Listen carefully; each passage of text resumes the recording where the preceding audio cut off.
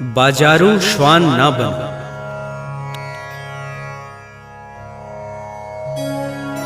घूमहि साधु वेश धरि, नाना भांति असाधु। मांग मधु करे खाए अरु, करहि अनेक विवादु। साधु वेश धरे नर होई, भिक्षा मांगत फिरहि कि सोई। जानहु तिन कह श्वान सुधर्मा, उदर पूर्ति नहीं आन सुकर्मा। द्वारन द्वारन घूमत रही, नाना भांति अजस जग लहही। निंदा पात्र बनहि निशिवारस, मान प्रतिष्ठा खोवै सोनर।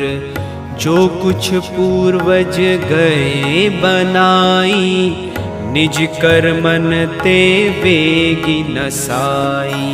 नाशहि मान प्रतिष्ठा, आपन पुरखन केर। उदर पूर्ति के कारणे, तनिक न लागत बेर। जो कुछ पुरखा गए बनाई, मानत तिन्हि प्राण सम भाई। करि संतोष जगत मह रहई, ओजवान सो नर अति अहई। निज घर कै मुखिया सो होई, मान प्रतिष्ठा पावहि सोई। वारय कोटि महल निज घर पर, भले फूस की धरी हो छप्पर। हाट बाट नहीं घूमै सोई, आत्म प्रतिष्ठा रहे संजोई।